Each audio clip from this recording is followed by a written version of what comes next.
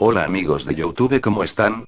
Hoy les vengo con una creepypasta, espero que les guste. Morris Obster fue mi mejor amigo por aquellos años en los que la sociedad condenaba estoicamente la actitud tan impetuosa y dinámica de la juventud.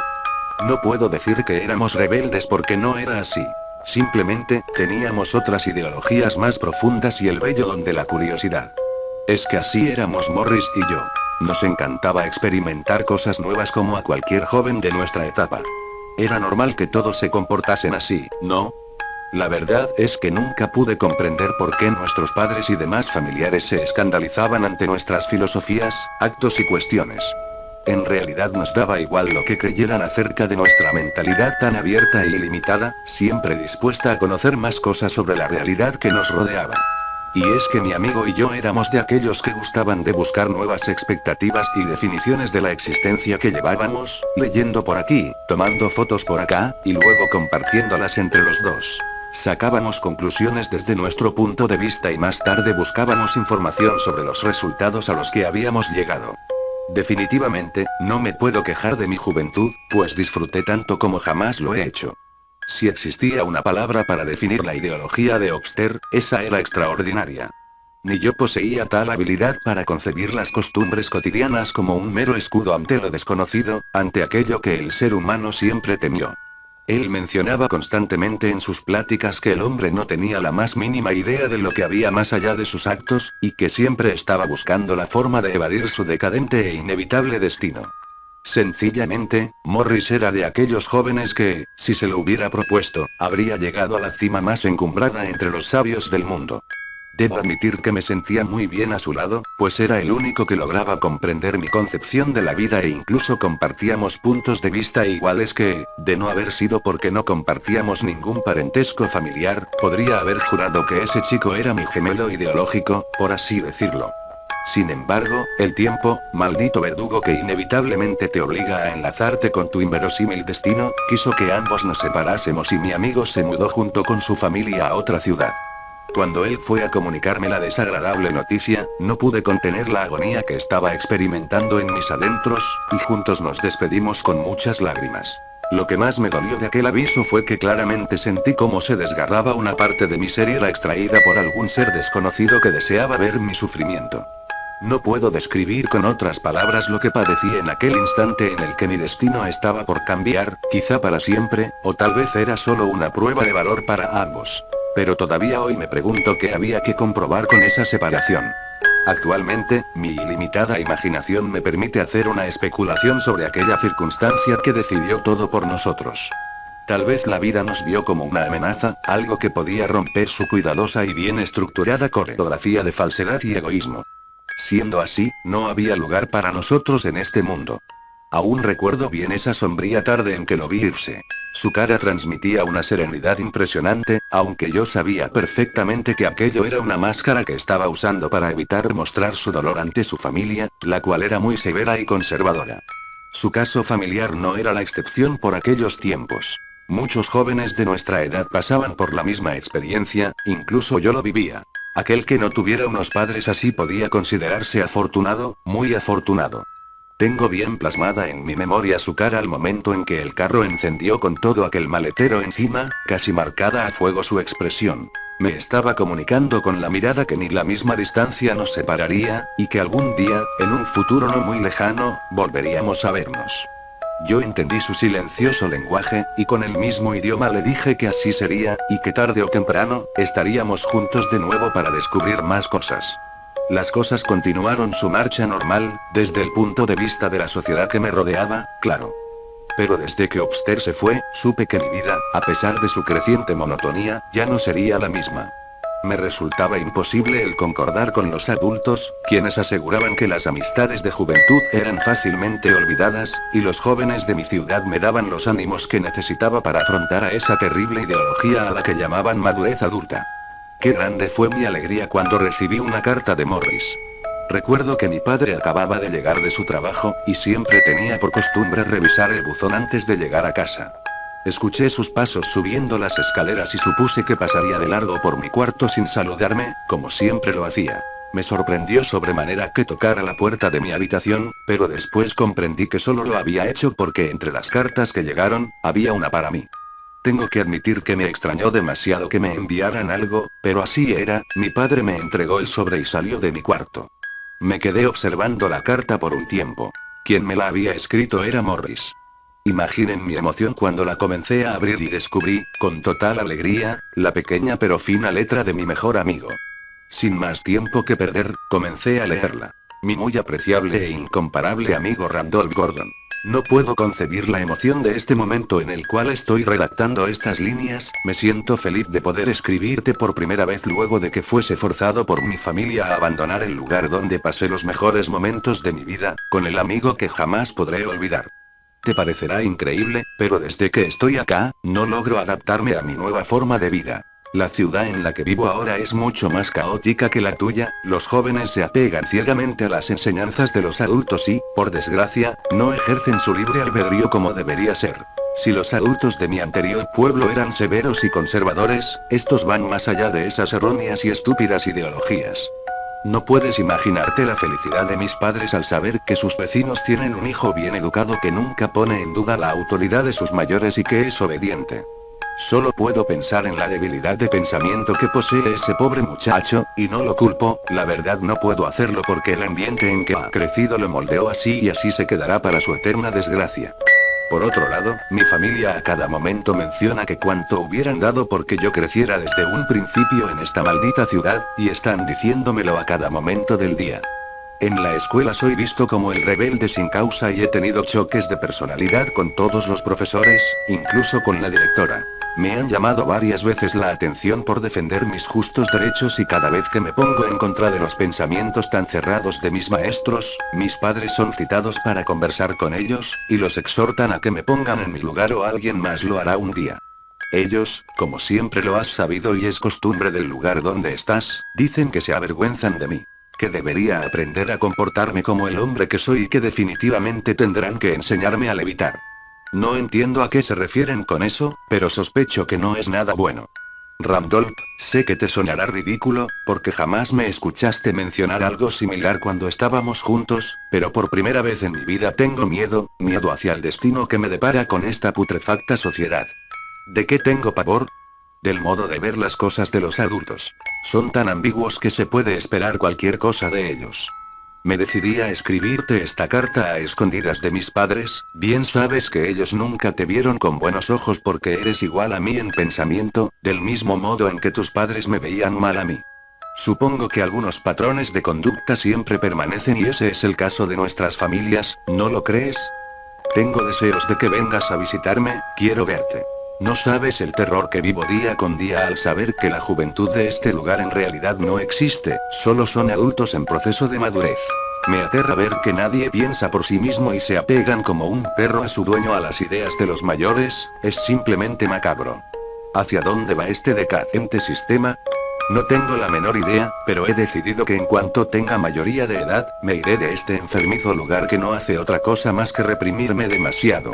Sé que te veré pronto porque responderás a mi llamado, sabiendo que tú tienes más posibilidades de venir a verme, y tienes conciencia de ello.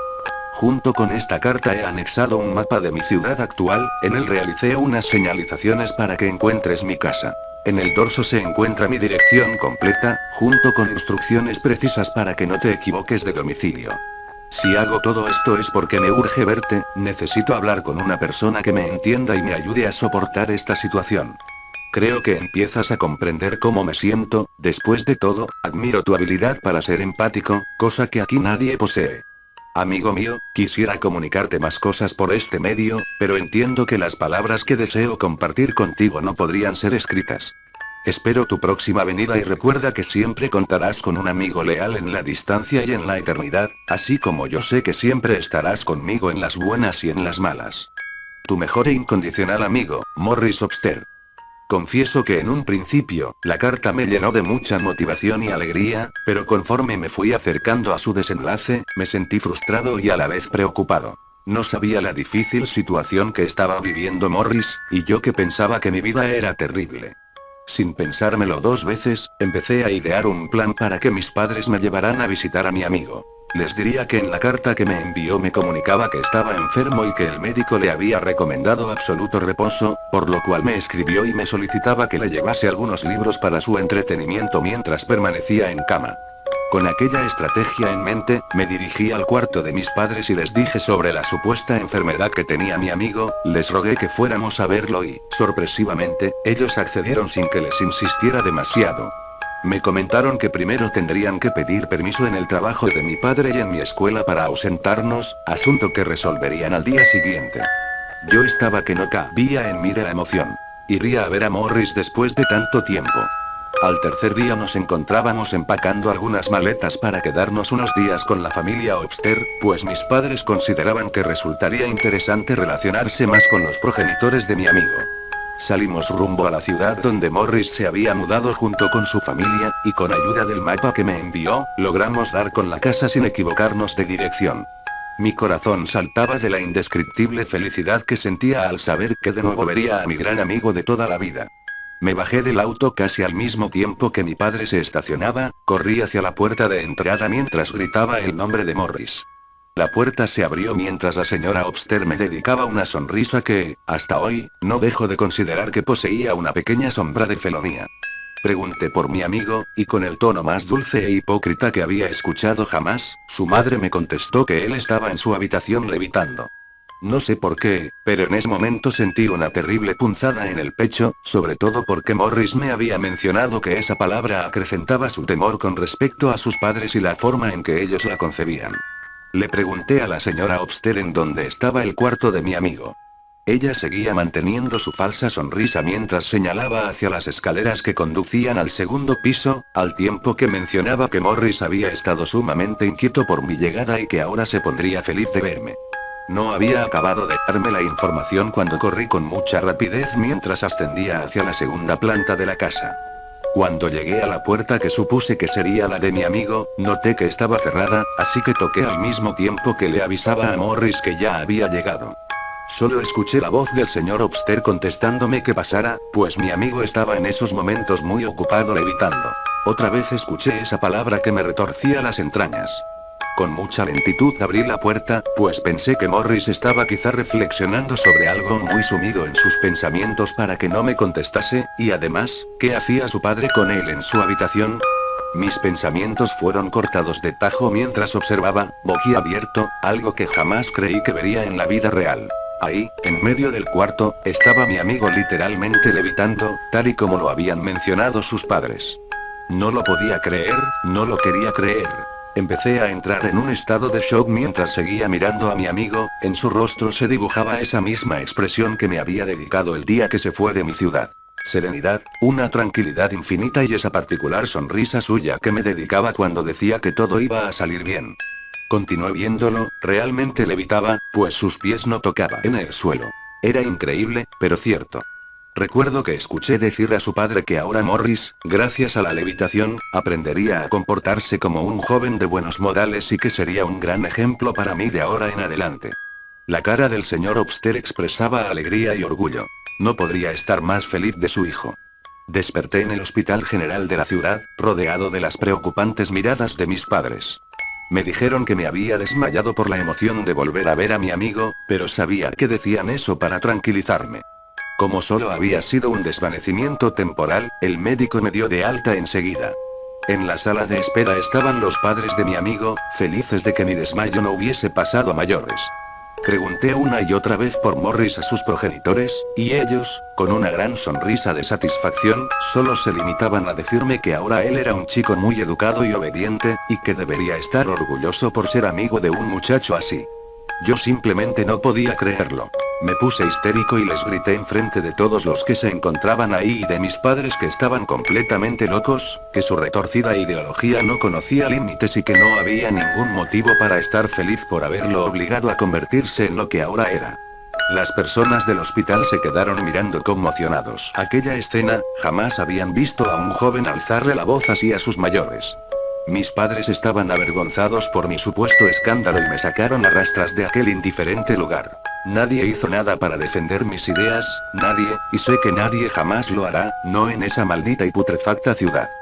Debido a mi indecente comportamiento, mis padres decidieron regresar a casa esa misma tarde, comunicándome que los padres de Morris no deseaban volver a verme, ya que me consideraban una mala influencia para su hijo.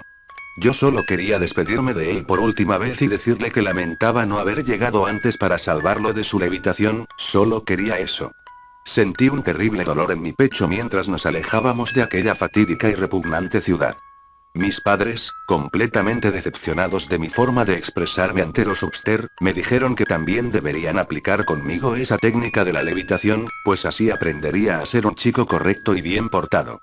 Recuerdo que en ese instante comencé a odiar enfermizamente a mis padres, tanto como aborrecía a los de mi mejor amigo. El tiempo, en su marcha incansable, hizo que ya no le diera motivos a mis padres para que cumplieran aquella terrible amenaza que tenía por objetivo despojarme de mis ideales. En cuanto cumplí la mayoría de edad, abandoné la casa porque no soportaba vivir con aquellos dos seres tan aborrecibles. Me mudé a un pequeño poblado, lejos de mi antiguo hogar. Puedo decir que ahora llevo una vida tranquila, pero no feliz. El recuerdo de la sorprendente levitación de mi amigo me persigue a todos lados. La última vez que lo vi, su cara me volvía a decir que algún día estaríamos juntos para siempre, y jamás lo dudé. Creo en su palabra y siempre seguiré creyendo en ella, a pesar de que él ya no será nunca lo que alguna vez conocí. Pensándolo bien, yo tampoco quiero seguir siendo lo que soy ahora. He leído su carta muchas veces en mis tiempos de soledad para sentirme acompañado, y siempre se ha quedado marcada en mí, tal y como si fuese un tatuaje, aquella palabra que le dio un sentido nuevo a la vida de mi amigo y estaba por formar parte de la mía. Seguramente, si me vieran mis padres, estarían orgullosos de mí. Sin dilación, termino de escribir estas líneas para decirles a todos ustedes que la experiencia de la levitación me servirá para comprender por qué mi amigo tenía esa expresión en su rostro aquel día. Era muy pacífica. Sé que ninguno de ustedes comprenderá el motivo que me lleva a hacer esto, pero solo quiero saber qué sintió mi amigo cuando su padre lo hizo levitar. Sin más demora, tomo una resistente soga y la amarro bien en el techo de mi casa, me aseguro de que esté bien atada y formo un nudo corredizo en su punta libre. Me colocaré ese lazo alrededor de mi cuello y entonces al fin estaré con mi amigo, al fin comprenderé a sus padres y al fin me sentiré libre para dejar este maldito mundo. Creo que por eso Morris estaba tan relajado mientras levitaba, ahora sentiré esa misma calidez que su familia le hizo sentir al convertirlo en un hombre de bien. Levitaré, sí, para que mis pies jamás vuelvan a tocar este inmundo suelo y